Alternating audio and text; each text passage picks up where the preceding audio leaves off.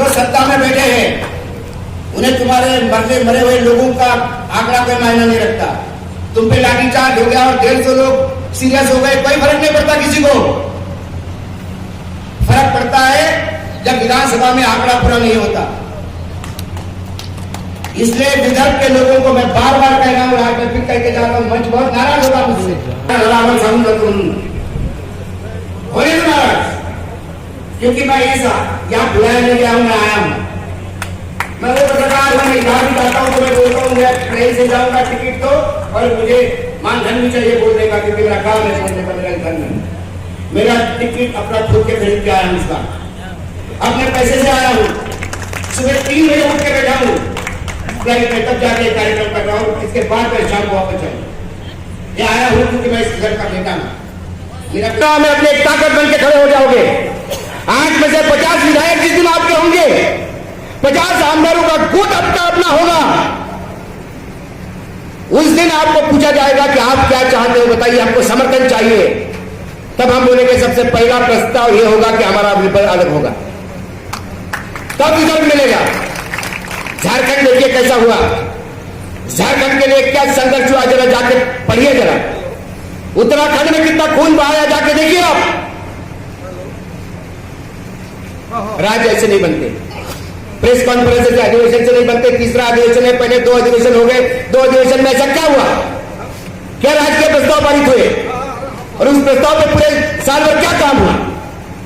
यदि पहले अधिवेशन का ही प्रस्ताव और उस पर काम हुआ होता तो दूसरे अधिवेशन की गरज ही नहीं पड़ती, तब विदर्भ हो चुका होगा। लेकिन माफ करना, दुकानों में ये भी एक दुकान है। विदर्भ आंदोलन को अब युवाओं के हाथ में देना चाहिए। जब तक कॉलेज का युवा उठ के समझ में नहीं आएगा, जब इस विदर्भ का युवा उठ के खड़ा नहीं होगा। तेलंगाना भी तब हुआ जब हैदराबाद यूनिवर्सिटी रास्ते पे उतरी। तेलंगाना बीआरएस के किसी गांव के संघर्ष से नहीं हुआ। मैं बता दूं आपको संघर्ष करना पड़ेगा। बहुत हो गए भाषण, मत देखिए इनका पेशेंस। सुबह से लेकर शाम तक हम वही बता रहे हैं कि क्या हो रहा है, ये लोग नालायक है। क्या देवेंद्र फडणवीस पहली बार बोल रहे थे? हमारे ये आदत हो गई, जो सत्ता में नहीं रहता, फ्री होता है, वो विदर्भ के आंदोलन में आके जुड़ जाता, उसको एक काम मिल जाता है, दुकान दिख जाती खड़े होने को। सत्ता में आने के बाद विदर्भ को भूल जाता, फिर उस दुकान में चालू हो जाता। तो इन दुकानदारों से अपेक्षा क्यों रखते हो, इनके पास जाते क्यों हो? यदि हम इन नेताओं से अपेक्षा रखें कि हमारा विदर्भ हो गया, तो विदर्भ कभी नहीं होगा। हाँ, यहाँ कुछ लोग हैं कि हम आशान्वित है विदर्भ होगा। अरे कब होगा? जब विदर्भ सब कुछ लूट चुका होगा, जब अडानी गढ़चिरौली बेच चुका होगा, जब नागपुर दंगों का कैपिटल हो जाएगा, उसके बाद विदर्भ में बचेगा क्या? अब ये बोलेंगे ये अब कुछ बचा नहीं है, आम पूरा चूस गया, एक छिलटा ले लो। कौन लेगा वो छिलटा? किसको चाहिए होगा तब विदर्भ? विदर्भ आज चाहिए जो आज का विदर्भ है। हमारा विदर्भ कैसा भी हो। एक टीवी डिबेट में मुझे एक पश्चिम महाराष्ट्र का नेता बोला आप भूखे मर जाओगे। मैंने बोला भूखे मरेंगे तो इस बात का सुकून होगा कि हम हमारे धरती पे मर रहे हैं, हम आजाद विदर्भ पे मर रहे हैं, हमारे स्वतंत्र विदर्भ पे मर रहे हैं। ये अभिमान होगा मुझे मरते समय। लेकिन एक दुख है मुझे कि आज तुम्हारे गुलामी करते हुए हम आधी रोटी खा के पेट भर रहे हैं, ये दुख है। तो विदर्भ के लिए कई बार मीटिंगें हुई है। एक बार प्रकाश भाव के फार्म हाउस की भी मीटिंग हुई। बातें बड़ी बड़ी होती है, बहुत सारी चीजें होती है। बोला गया कि कॉलेज में हम ऑर्गेनाइज करेंगे, आप आइए, आप वन करेंगे, आप समय देंगे। मैं पूरा समय दूंगा, मुझे बुलाइए, मैं आता हूं।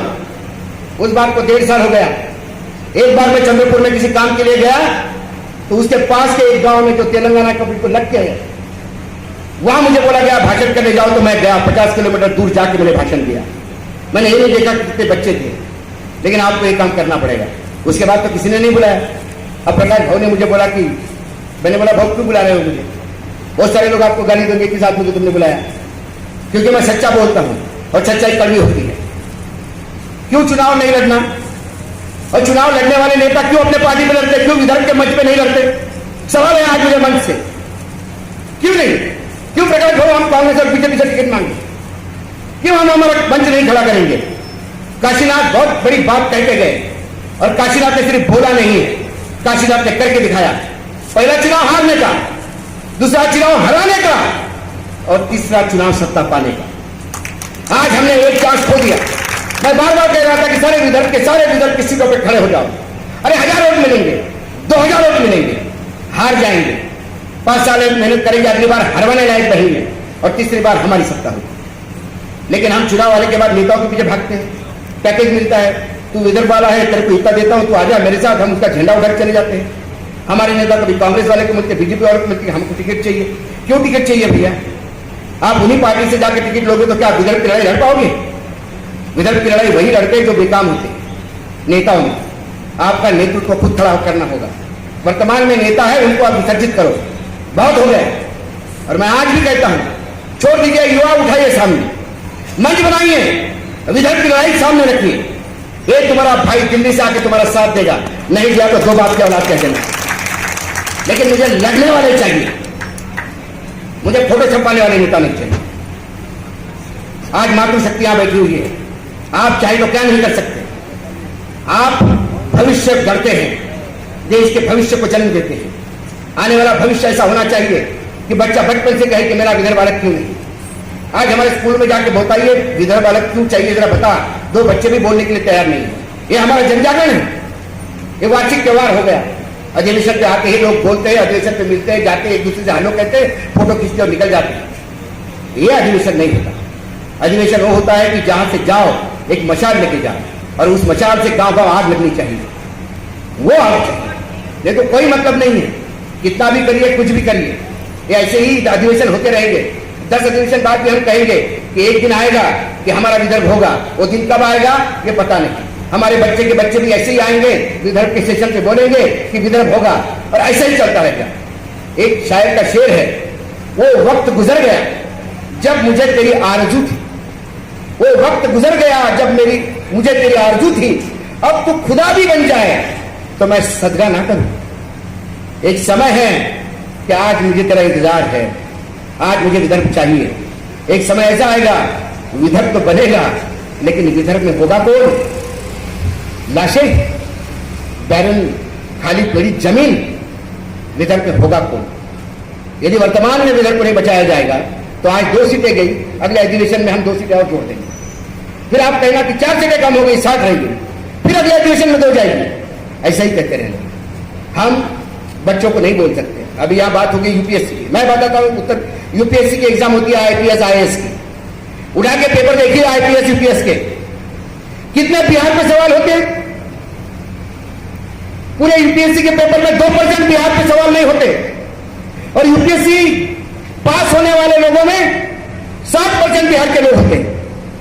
वो बोलते हैं बिहार पे सवाल नहीं पूछा। दूसरा नंबर हरियाणा का आता है, कितने सवाल होते हैं हरियाणा से?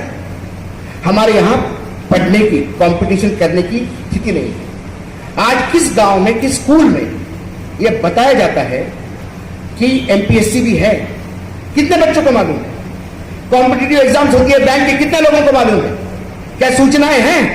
क्या हमारे कोई ऐसे सेल है गांव गांव ये जो बच्चों की तैयारी करें? महाराष्ट्र से बच्चे कम आते हैं यूपीएससी में, हमने सर्वे किया, पता पड़ा कि महाराष्ट्र के बच्चे पास तो होते हैं, इंटरव्यू में फेल होते हैं। दिल्ली में तमाम मराठी संगठन जितने भी थे, सबने एक होके एक मंच बनाया, और महाराष्ट्र के जो लड़के थे उन्हें 1 सप्ताह पहले बुलाया इंटरव्यू के, यूपीएससी आईएएस और आईपीएस के। उन्हें महाराष्ट्र के आईएएस अधिकारियों को बोल के ट्रेनिंग दिलवाया, और पहले इसमें भी 90% का रिजल्ट आया। बच्चे हमारे कम नहीं है। मैं सैनिक स्कूल सातारा में पढ़ा हूं। मैं जब गया 71 में सैनिक स्कूल सातारा में, तो क्या सैनिक स्कूल तब नहीं था? कितने स्कूलों में मालूम था सैनिक स्कूल है? पता ही नहीं था लोगों को। ये जानकारी कौन देगा? मीडिया नहीं देता तो आप दीजिए। हम चाहते हमारे विदर्भ के बच्चे के लिए आ जाए। भाषण देने से काम नहीं होगा, काम करना होगा। आप बनाइए, गांव गांव जिले जिले में इवेंट बनाइए, मेधावी छात्र ढूंढिए, उनको ट्रेन करिए। बिहार में कैसे लोग यूपीएससी पास होते, दिल्ली में आके देखिए। एक बिहारी आता है, मेरे पत्नी एक बार उतरी बस से और साइकिल रिक्शा लिया उसने। रास्ते में उसने कुछ फ्रूट्स लिए, साइकिल रिक्शा वाला भी फ्रूट ले रहा था। पत्नी को लगा इसने एप्पल खरीदा है महंगा, साइकिल रिक्शा चलाता है, बिहार का था वो। उसको पूछा तुम्हारे घर में कोई बीमार है? बोला नहीं दीदी बीमार तो नहीं है। तो बोले नहीं तुमने फ्रूट लिए, बोले छोटे भाई के लिए। बोले क्या हो गया उसको? बोला हम 3 भाई हैं, तब 4 भाई हैं, गांव में 2 एकड़ खेती है, बड़ा भाई खेती देखता है, मैं साइकिल रिक्शा चलाता हूं, मैं 2 टाइम की रोटी की व्यवस्था करता हूं, मेरा बड़ा भाई ऑटो चलाता है, वो छोटे भाई के किताबों की और घर के किराए की व्यवस्था करता है, और छोटा भाई क्या करता है? छोटा भाई आईएएस की तैयारी कर रहा है और बाद में वो लड़का आईएएस बनता है। ये कहानियां हैं। पश्चिम महाराष्ट्र से कहानी जब आती है कि एक सब्जी वाले का लड़का आईएएस बनता है, तो क्या कहें हम उसको? सब्जी बेचने वाला पश्चिम महाराष्ट्र में लखोपति है क्या? हमारे में वृत्ति नहीं है, हम कॉम्पिटिटिव एग्जाम नहीं जाते हैं। हमारे यहां पत्रकारिता में किसी को दिल्ली का अपॉइंटमेंट मिला तो उसके पसीने आ जाते हैं। वो बोलता नहीं अपॉइंटमेंट ये प्रकाश भाई को पूछो कितने लोग दिल्ली में तुमको मिलते प्रकाश भाई? आने को तैयार नहीं है। नहीं आप लोग जाओ सोडून जाते वो अपन, और फिर हम ही चिल्लाएंगे कि हमारे बच्चे नौकरी के लिए जाते हैं। नौकरियां मैं बार बार कहता हूं, मैं जयपुर फेस्टिवल में जब मेरी भाषण हुआ तो वहां पे बहुत लोगों ने उसको रेजिस्ट किया। मैंने बोला नामर्द और नपुंसक है जो नौकरी के पीछे भागते हैं। यदि आप पढ़े लिखे हो तो अपने बलबूते पे आप अपना साम्राज्य खड़ा कर सकते हैं। जितने बड़े बड़े साम्राज्य खड़े हुए, चाहे अडानी हो, अंबानी हो, चाहे बिरला हो, टाटा हो, गोदरेज हो, ये क्या थे? किर्लोस्कर हो, कहां से शुरुआत की इन्होंने? मेहनत करनी चाहिए. आपलं काय पाण्याच्या दुकानावर बसून तिथं कडा खात तिथं आपण सांगतो, पण ते राजीव गांधीला असं करायला होतं पाहिजे आणि त्या पाकिस्तानला दाखवले पाहिजे आपण. अरे पण तू कुठं, ते जे तंबाखू घेतात त्याची उधारी दे पहिले. माझं लोणी हे माझं गाव, देवराव पाटलाची लोणी. माझे मामा जमीनदार, सगळी मामाची मुलं आता पुन्हा शुगर मार्केट, शुगर फॅक्टरीत आणि कुठे कुठे नोकऱ्या करतात. काय झालं शेतीचं? आमचा मामा बंगल्यावर बसून हिशोब घे, का रे माझ्यावर काय आहे आणि खाद्याचं काय म्हणते, वाढीत काय चालू आहे, बोलले फुटले म्हणे साहेब कापसाले. हा कधी शेतात गेला नाही, गड्याच्या भरोशावर शेती. आपण दुसऱ्याला शिवी दिल्यापेक्षा पहिले आपल्याकडे पाहिलं पाहिजे. कोरडवाहू शेती लोक म्हणतात, कोरडवाहू शेतीचं एक काम करणारे लोक आहेत. मी तुम्हाला 10,000 एक्झाम्पल देऊ शकतो. आम्ही आमच्या गावी जातो, मला काय रे गजू, मामाच्या पोरगा भेटतो, म्हणलं काय गजू काय यंदा? काही नाही भाऊ, कापूस लावला होता, बेजाच काय भावच नाही भेटला, लय नुकसान झालं. म्हणलं रे काहीतरी दुसरं घे, दुसरं काही क्रॉप पहा. म्हणे हो यावेळेला विचार कर. पुन्हा दिवाळीत जाऊन भेटलो, म्हणलं काय रे गजा, कापूसच लावला म्हणे. मला काढून रे आपल्याला दुसरं येत नाही ना भाऊ, येत नाही म्हणजे मेल्याच जमाना तुम्ही. शेतीसाठी, शेती हा फायद्याचा धंदा असू शकतो, पण आपण त्यासाठी काही काम केलं नाही. शेतकरी मेला की आपण म्हणतो आत्महत्या झाली, आत्महत्या झाली, पण तरी का आत्महत्या केली? आणि आपण इतके ऐदी लोक आहोत, मुरदार लोक आहोत की आपण आत्महत्या करतो पण लढत नाही. लढलं पाहिजे. जर मराठा साहेब 2-4 घेधणाने घेऊन मरा ना, एकटा कोण मरता? अरे हे साफसफाई होऊन जाईल, पण हे गुंतून मरते, फास्ट लावून मरते, इने गुढीत आपण मरते. कारण आपल्यात ती लढण्याची शक्ती नाही. लढाई करा. मी तुमच्यातलाच आहे. मी यवतमाळ जिल्ह्याचा कोलवाई गावातला आहोत. त्या गावात अजूनही बस जात नाही. या छोट्या गावातून जाऊन आज बिहारमध्ये गेलो तरी रेल्वे स्टेशनवर लोक ऐकायला येतात. बिहार पासून आसाम पर्यंत जर मी बोलत असतो तर काही तर केलं असेल यवतमाळच्या पोरानं. आणि काय म्हणतात शिंगा आहेत का? तुमच्यातलाच आहे. राजपट्टीच्या शाळेत शिकलेला आहे मी, पण काहीतरी रोडमॅप द्या साहेब. नुसतं आता आपल्याला इतिहास सांगू नका. विदर्भावर अन्याय होत्या का? लय ऐकलं आम्ही. असं विदर्भावर अन्याय अन्याय म्हणून आता याच्यावर अन्याय करू नका ऐकणाऱ्यांवर. त्याचे पेशंट काय ऐकून राहिले आपल्याला कालपासून. त्यामुळे रोडमॅप द्या, कॉल द्या. मी अजून शेवटी जाताना सांगतो तुम्हाला, मी मनानं आलो आणि दिल से बोल रहा हूं. उठो युवक उठो, बनाओ संगठन, आओ रस्ते पे. नेतृत्व आप करो, पीछे मैं खड़ा रहूंगा. नेता बनने का कीड़ा नहीं लगेगा. मैं पत्रकारी ठीक हूं. जिस दिन विदर्भ होगा उसके मुख्यमंत्री को भी सामने रख के अशोक वानखेड़े ही जवाब पूछेगा. ये मेरा सपना है. मैंने और कुछ नहीं मांगा आपको, आप मेरा सपना पूरा करने के लिए एक विदर्भ को मुख्यमंत्री चाहिए, विदर्भ का अपना, विदर्भ वाला मुख्यमंत्री नहीं चाहिए। क्योंकि मुंबई जाने के बाद क्या है, बदल जाता है आदमी। फिर चाहे नाइक साहब हो, चाहे फिर अपने फडणवीस, दोष उनका नहीं है, दोष कुर्सी का।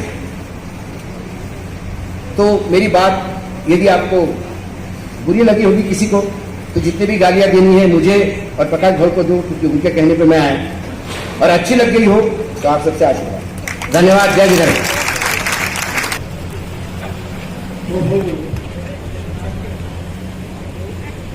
विद्यार्थ्यांच्या संदर्भात प्रवास करून मला उत्तर दिलं पाहिजे। मी पत्रकारच, जर प्रश्न विचारला की प्रश्न विचारला तुम्हाला अधिकार आहे। तेलंगणाचे 1200 विद्यार्थी पळून गेले, पोलीस केसेस झाल्या, त्या प्रमाणे आज नोकऱ्या भेटत नाहीत, पोलीस केसेस हटल्या। काय सांगते की त्या चुका आपण करू नये।